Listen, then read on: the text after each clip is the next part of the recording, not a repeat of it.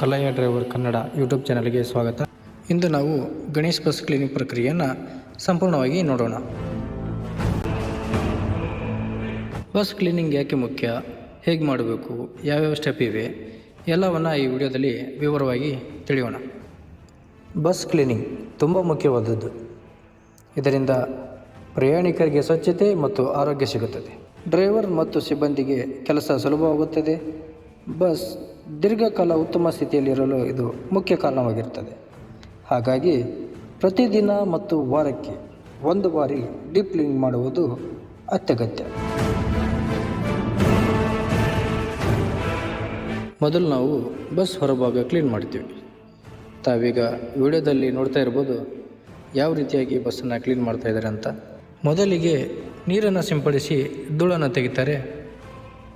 ನಂತರದಲ್ಲಿ ಒಂದು ಬಟ್ಟೆಯ ಸಹಾಯದಿಂದ ಅದಕ್ಕೆ ಶಾಂಪೂ ಹಾಕಿ ಡೀಪಾಗಿ ಕ್ಲೀನ್ ಮಾಡ್ತಾರೆ.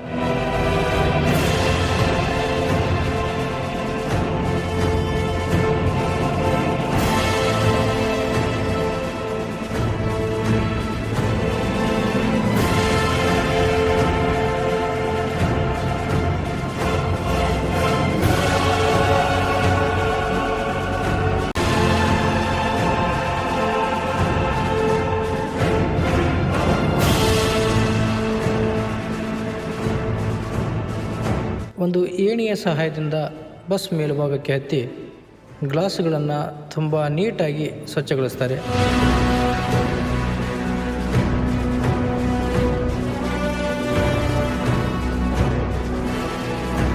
ಚಳಿ, ಗಾಳಿ, ಮಳೆ ಯಾವುದನ್ನು ಲೆಕ್ಕಿಸದೆ ವಾತಾವರಣವು ಯಾವುದೇ ಸ್ಥಿತಿಯಲ್ಲಿದ್ದರೂ ಕೂಡ ಸ್ವಚ್ಛತೆಯೇ ನಮ್ಮ ಮೊದಲ ಆದ್ಯತೆ ಎನ್ನುವಂಥ ಈ ನಮ್ಮ ಕ್ಲೀನರ್ ಮತ್ತು ಕಂಡಕ್ಟರ್ಗಳ ಸೇವೆಯ ಬಗ್ಗೆ ಎಷ್ಟು ಹೇಳಿದರೂ ಕಡಿಮೆನೇ.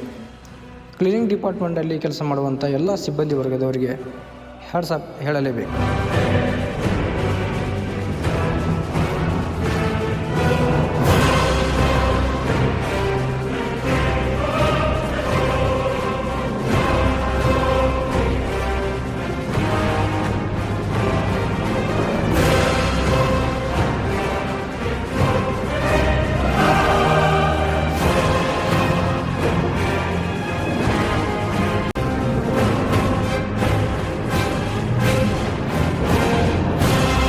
ಈಗ ಒಳಗಡೆ ಕ್ಲೀನಿಂಗ್ ಶುರುವಾಗುತ್ತದೆ.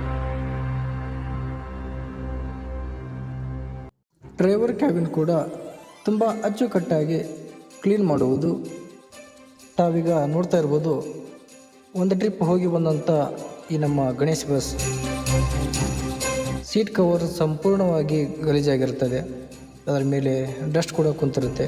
ಹಾಗಾಗಿ ಪ್ರತಿಯೊಂದು ಸೀಟ್ ಕವರ್ಗಳನ್ನು ರಿಮೂವ್ ಮಾಡಿ ಬೇರೆ ಹೊಸದಾಗಿರುವಂಥ ಸೀಟ್ ಕವರನ್ನು, ವಾಷೇಬಲ್ ಆಗಿರುವಂಥ ಸೀಟ್ ಕವರನ್ನು ತಂದು ಸೀಟ್ಗೆ ಅಳವಡಿಸ್ತಾ ಇದ್ದಾರೆ.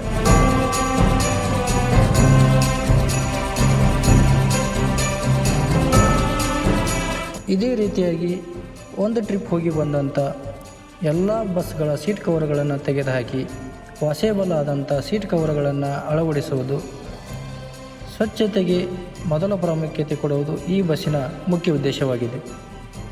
ತಾವೀಗ ನೋಡ್ತಾ ಇರ್ಬೋದು ಸೀಟು ಯಾವ ರೀತಿಯಾಗಿ ರೆಡಿಯಾಗಿದೆ, ಎಷ್ಟೊಂದು ಹೈಜಿನಿಕ್ ಆಗಿದೆ. ತುಂಬ ಅಚ್ಚುಕಟ್ಟಾಗಿ ಫಳ ಹೊಳೆಯುವಂತೆ ರೆಡಿಯಾಗಿ ತಮ್ಮ ಪ್ರಯಾಣಕ್ಕೆ ಸಿದ್ಧವಾಗಿ ನಿಂತಿದೆ ಈ ನಮ್ಮ ಗಣೇಶ ಬಸ್.